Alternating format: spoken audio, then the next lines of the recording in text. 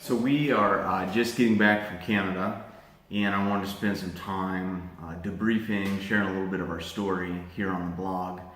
And just thank you for those who have partnered with us to pray through our whole season up there. It's been a long time coming. We've been praying for a couple years. Canada was a phase 2 of a ministry that we've been praying over for the last few years. The idea was that we would start locally, kind of our Jerusalem here around Park Rapids and the region, and visit some of the reservations, so Leech Lake, Red Lake, White Earth, and do some ministry. And so we hubbed in Camp Oak Hills last summer, and we kind of went out from there. And so that was kind of our localized ministry with a bent towards native ministry. And so the second concentric circle would be kind of our Samaria, which would be Canada to our north.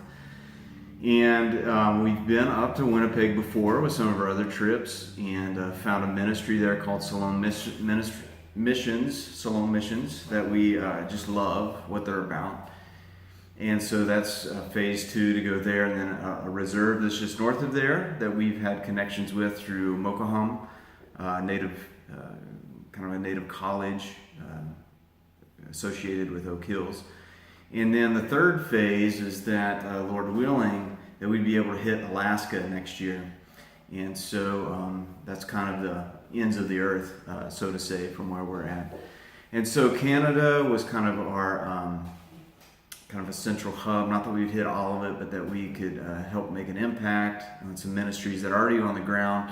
And really a lot of our missions is exposing our students to ministry outside the bubble that they're familiar with. And so crossing the border, going up into Canada and seeing some the church alive and well in Canada is a great way to kind of expose our kids to that. So I just wanted to walk through some of those ministries that you have prayed through, and other. This is the 4th or 5th trip that we have taken up there with our students in the last couple decades. And so it's been fascinating to specifically work with a Salome mission and see the growth and the multiplied growth and how their vision has changed in the last couple decades. Still specifically meeting the direct needs of those experiencing homelessness in the greater Winnipeg area. And so they really have kind of 3 phases to their ministry. On the very front end of it is this idea of how do we meet the immediate need, the emergency need, so emergency shelters, the soup kitchen that is there for 3 meals a day, clothing distribution, and so meeting the emergency, the direct need right away is a big deal. The kind of the second phase that they're helping with is transition ministries, which helps people find work, teaching them a skill set, even working through the wardrobe and so forth to find them so that they're readying them for job interviews. And so that's kind of the transitional piece. It also has to do with housing. So in the first stage, you've got your basic shelter, but transition housing is the next place. So how do you help them work out a budget? How do you help them? Hopefully at this point, they've already gotten off any addictions that they've got, so that their money is really allocated into specific places, and housing and food is some of the main pieces, and then transportation to get to and fro from work. They also provide like some specific medical care. They have kind of foot doctors that come in on a regular basis. You imagine these people walking the streets all the time, and so especially in the winter, and they've got frostbite and other things. So to have some specialized medical help there, some dental help, and just other things that where doctors come in and kind of volunteer their time, or nurses come in to help do that. And also just to continue to restore the dignity of those experiencing homelessness in Winnipeg. And so there's a place for them to work on art. There's a place for them to plug in if they want to help in the clothes distribution or food or so forth. or even working on the streets. They have a ministry called Most that helps them plug into and just clean up the streets that's around them, and we help do that too. So that's kind of the transition housing. And then the third phase is just a kind of, all along the way is just kind of restore dreams of theirs. I mean, imagine these people that haven't even been able to dream. You think about their basic needs. Well, they've been so placid, so unable to dream. And so giving them a safe place to pick them up and then say, okay, what do you want to do? And start to feed that in real specific ways. And so to stabilize them, help them find work, help them find not only transitional housing, but short-term housing, and then long-term. What does that look like? They bought a building, it's called the Madison, that we worked at also, that has some long-term aid there. And so sometimes when you think of homeless people, it's like, are these people that chose that? There's a couple different kind of prejudices that we think of, motifs. But it surprises us every time we go back the amount of people that are there because they just had their legs knocked out from under them so many times economically, lost their jobs or so forth. So they didn't necessarily choose that. Or the percentage of people that are disabled, and the system is just not made to support the disabled, especially in an urban environment.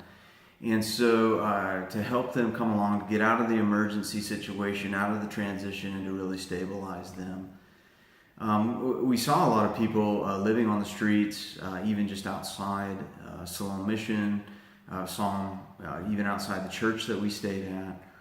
We had an opportunity to walk on the north end and cross the tracks, and literally is the other side of the tracks called the north end. And the poverty there is just so great that businesses don't even want to start up there, but yet the population is great.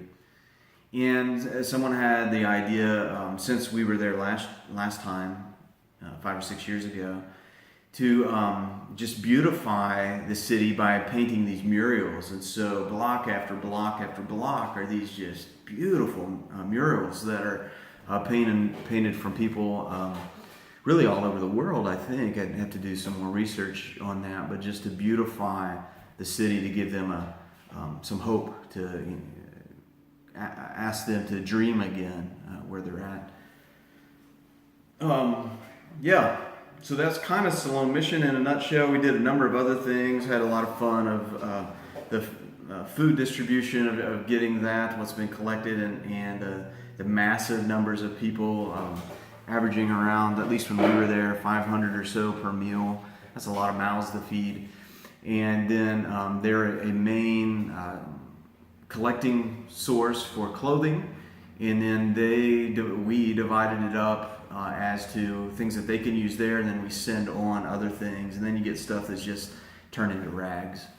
We also worked on the streets while we were there a good bit, and did a tour of the immediate vicinity to see what's going on. Just kind of heartbreaking. We cleared out a lot of trees and brush along the sidewalks, so especially in the wintertime, so people aren't just walking right on the road.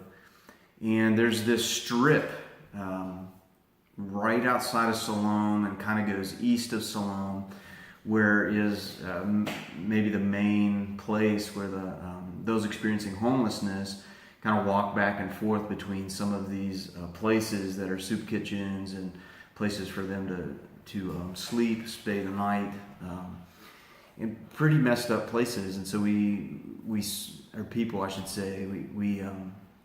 got to see some of the rawness of that.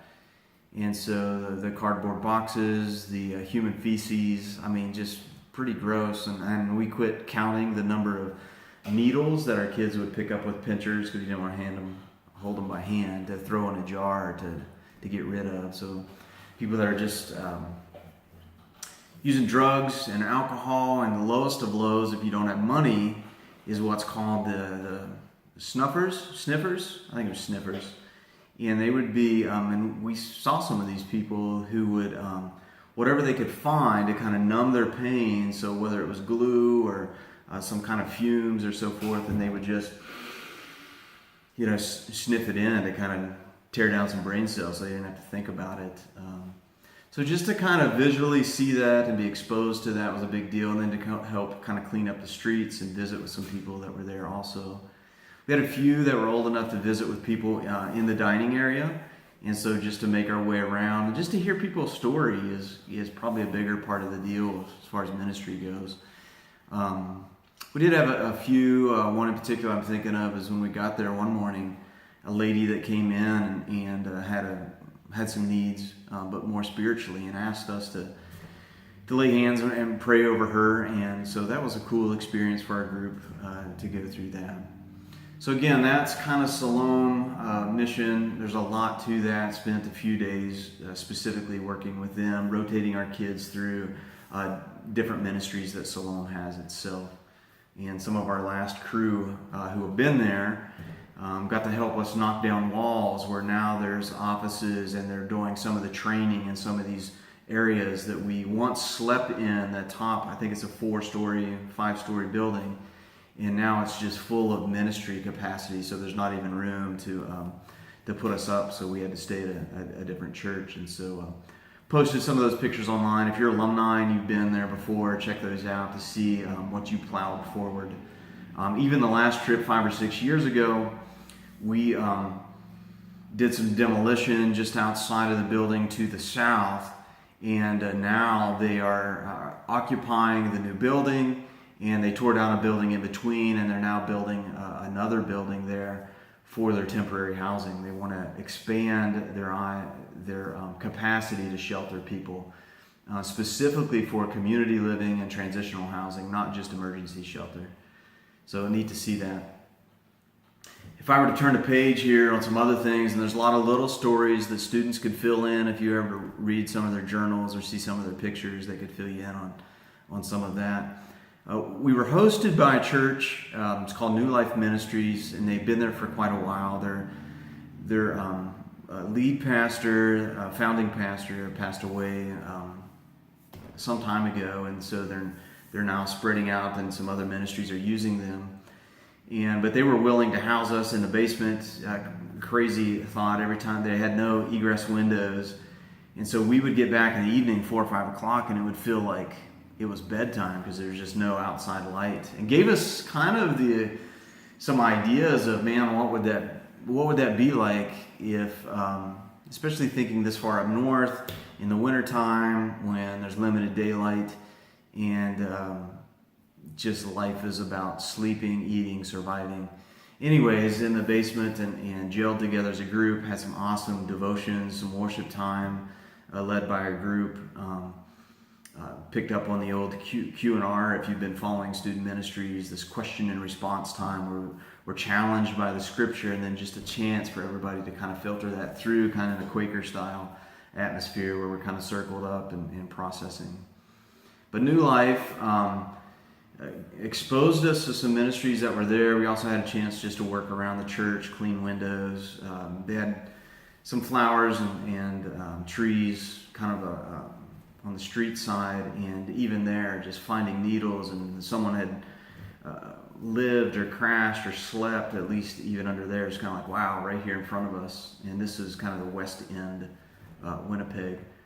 Also did some prayer walking there on the West End around New Life, and came back. One of the things I hadn't seen before was this big billboard that was kind of a chalkboard that was low enough to where people could write on it.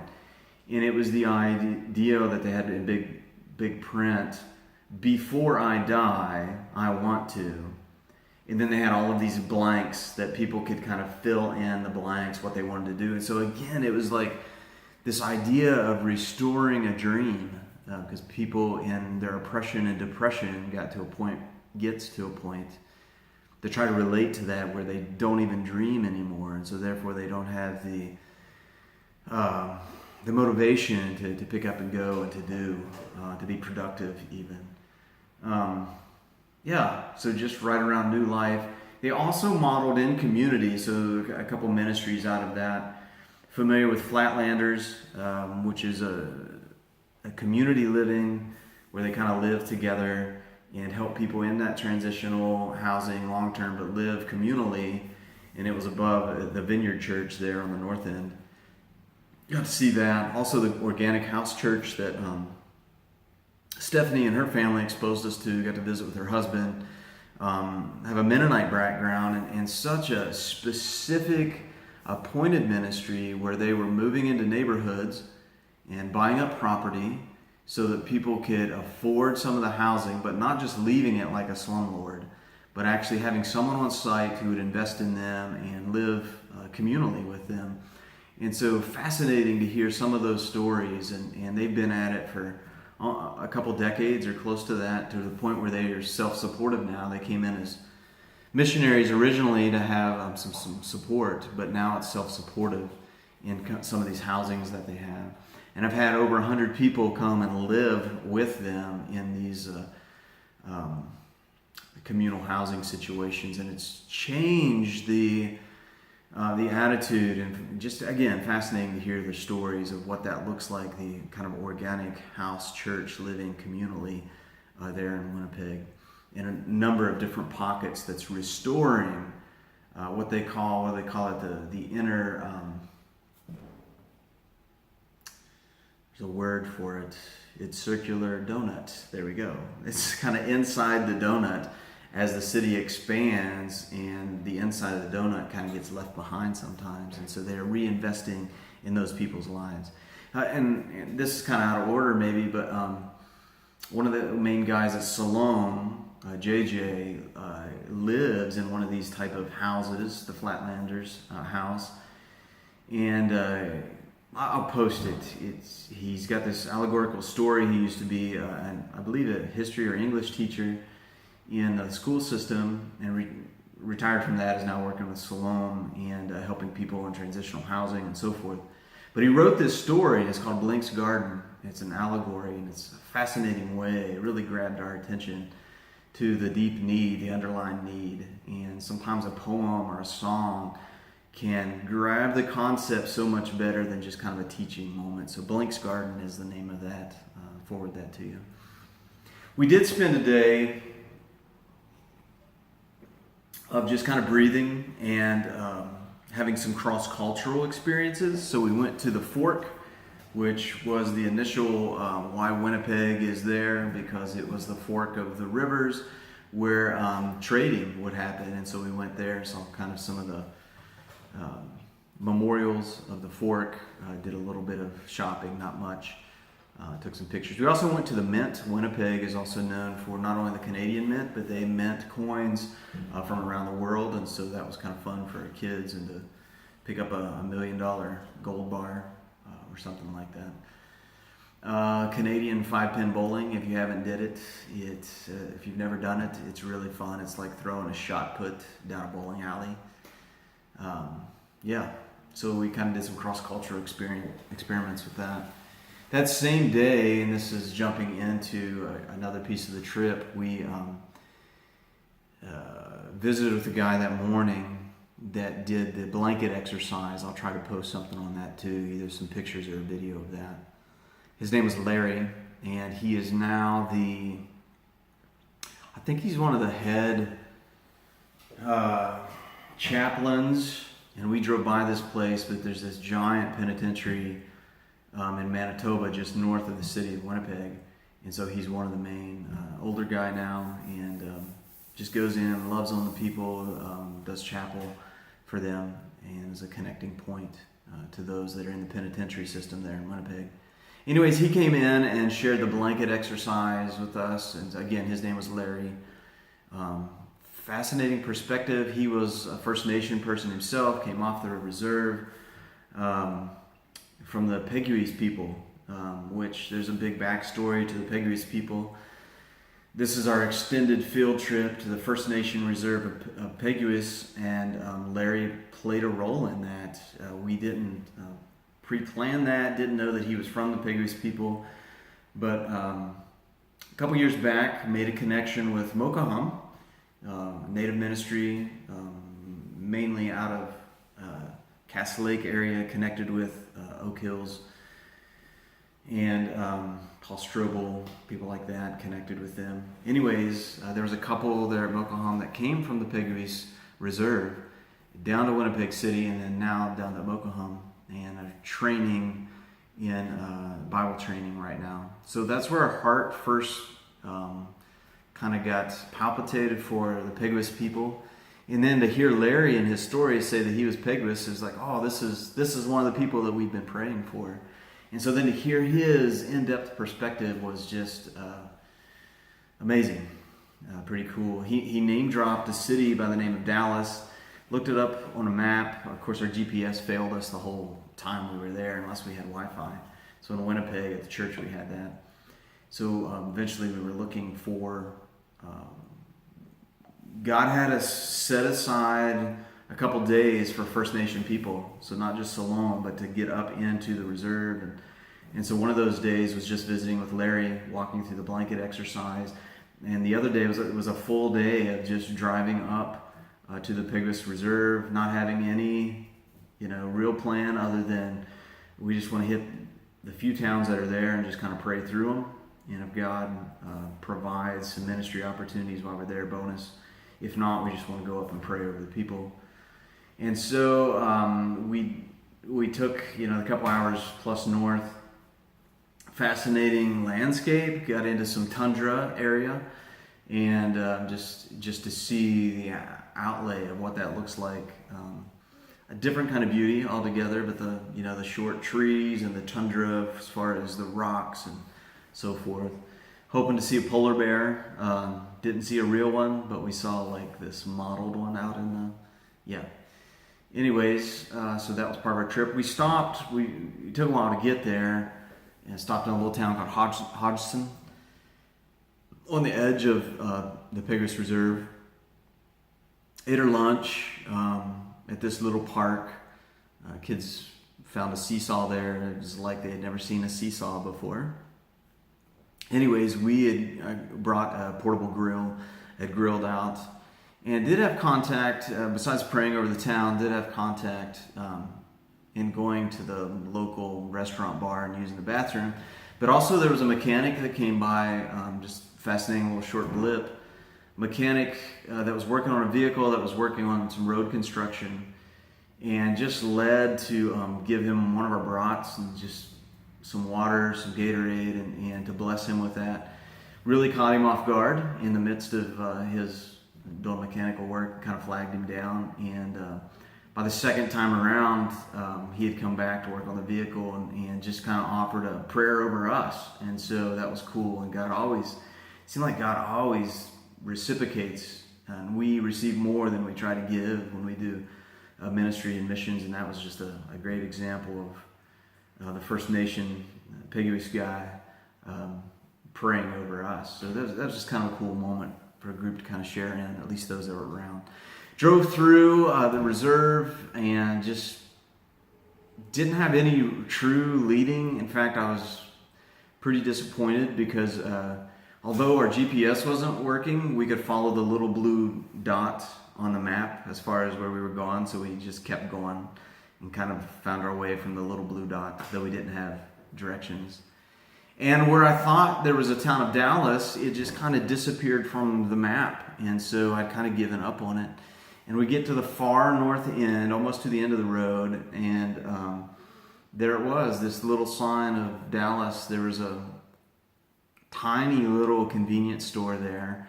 And we noticed a tiny little church there just as we got to the convenience store. So we U-turned and came back to the church. We'd heard about a church. In fact, I think it may have been a church that Larry was connected to.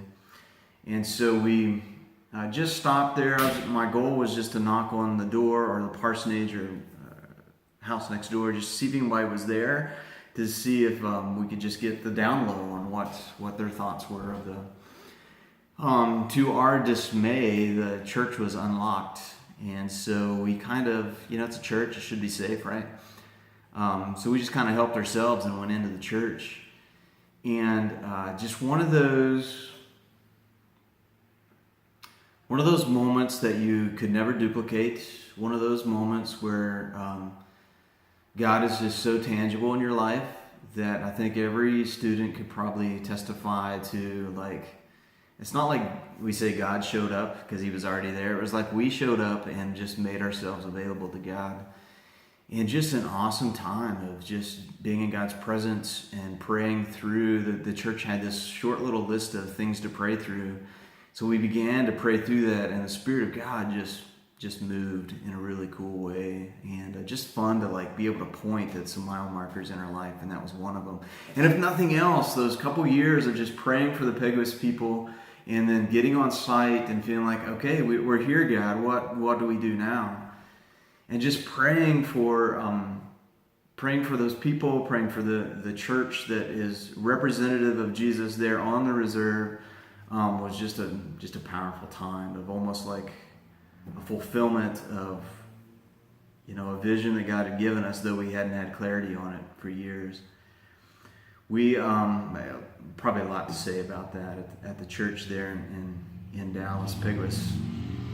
But we went further north to the end of the road. Really, we knew that the road ended in what's called Fisher Bay, and I, in my mind and my lack of spelling, thought it was like Fisher, like fishing, but it's Fisher like the animal, a fisher. And so we arrived at the end of the road, and there was really nothing there. There were no boats. And this is like Lake Winnipeg. It's huge. I mean, massive lake. And didn't see any of that. There was a small camp just before we got to the end of the road, and we got permission to go out. Because at the end of the road, it was kind of rocky, but you could see there was like a sand beach over kind of to our right as we came to the end of the road. And God had stirred a few of our students to get baptized, and it was just a cool experience. Like, we didn't even know if it was going to happen that day or the next day. We were just looking for some open water, some community place that we could do this as a public testimony, and it was surreal. We went out there as a group and walked through the idea of what baptism is, just to kind of refresh. And there were some natives that had come down to either get in the water or just picnic, and so they were able to observe the 3 baptisms that we did. What we didn't anticipate was, as we walked down to the beach, the lifeguard chair, if you want to call it, seemed to be like a mile out in the water. And so there's a little piece of me that starts to wonder, how shallow is this? And so as the 4 of us began to walk out, we realized, oh my goodness, this is like super shallow. So as awkward as it was to figure out how to do the baptisms in really shallow water, we made it work. Just kind of a beautiful, making memories there, as those 3 had dedicated their life, committed their life, not only to Jesus as Savior, but as Lord, as Master of their life. And so, just kind of wrapping up the trip. A lot of things there to kind of plug through. Wanted to debrief a little bit, probably leaving out some names and some other stories that happened along the way. There was lots of tears, lots of crying, lots of laughter, some really hard laughter, like some gut-wrenching laughter. One of my last experiences that the students were able to catch as well was another guy by the name of Larry. It's kind of like the tale of 2 Larrys. Larry that is both now has went through the hardship and is now the chaplain there and walked us through the blanket exercise. But the morning we had left, we'd already cleaned up the church and we were actually leaving town. We decided to stop for breakfast at a Tim Hortons. And as we pulled in, and there was a McDonald's that was right next to it, and I've got the van and a big trailer, and I'm trying to figure out how to park. Students go ahead. I thought we were going to split. Some go to McDonald's, some go to Tim Hortons. Oh yeah, by the way, we had this jar full of drug needles, if I could say that. Can I say that? Yeah. We were trying to find a safe place to, sometimes in the States anyways, there's this place in public restrooms where you can discard needles. And I didn't want to just throw them in the dumpsters, because where we were at, there was just a ton of people experiencing homelessness. And so I didn't want to throw that in there and it'd be a temptation for them to use or reuse what was there. And so, what did we do with those needles?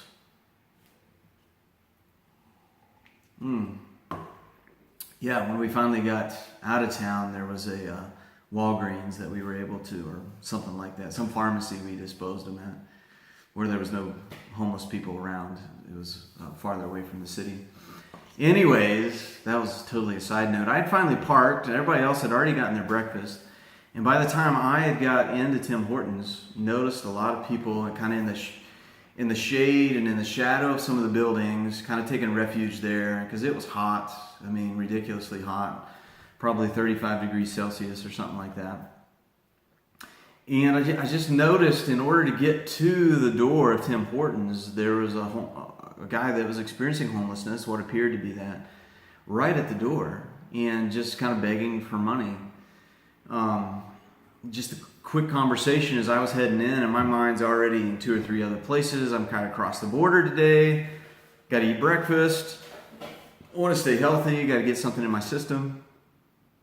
And so, man, it's in moments like that God just like interrupts our day, our plans, and so forth. And so, just brief conversation heading in. He asked if I could spare anything, any money, and I thought maybe so I told him after I get something, maybe I have some change. So I bought my food and sat down inside with the students, and just kind of triggered by the Spirit to go out and sit down by him and hear his story. And so guess what his name was? Larry, right? The Tale of Two Larrys. So Larry began to just kind of share his story. I could tell from just his countenance and his eyes and being around homeless people for a while that he had cleaned up a little bit, been off drugs for a little bit. He shared some of his story, had been off 6 months, shared quite a bit of his story in that little bit of time. Had an abusive relationship. He was actually being the one abused by a girlfriend, and so he was trying to get enough money to go across town in order to get some shorts and so forth. I shared my breakfast with him just for him to vent and to share his story, and for him to know that somebody cared, even just to sit down by him there. And the timing, as is God's timing, the kids had finished their meal inside and came out, and Nakia had came out first, and so just invited him, say, hey, it's one of those, I don't have gold or silver to give you, but this I do, in the name of Jesus type thing. And so we just prayed over him and left. And I think that was kind of a surreal moment too for our kids, at least for me, to visit with them. Got over to the van, and I'm like, man, Phil, you've got 2 or 3 pairs of shorts. And so, found a drawstring bag, shorts. Some kids gave some extra things for him, and ran back over and just kind of in a tangible way helped Larry out. I think his eventual goal is to get to the West Coast where he can survive. He hasn't had to survive a Winnipeg winter yet, and so we're still praying for him. Can't tie that up in a pretty bow. I can't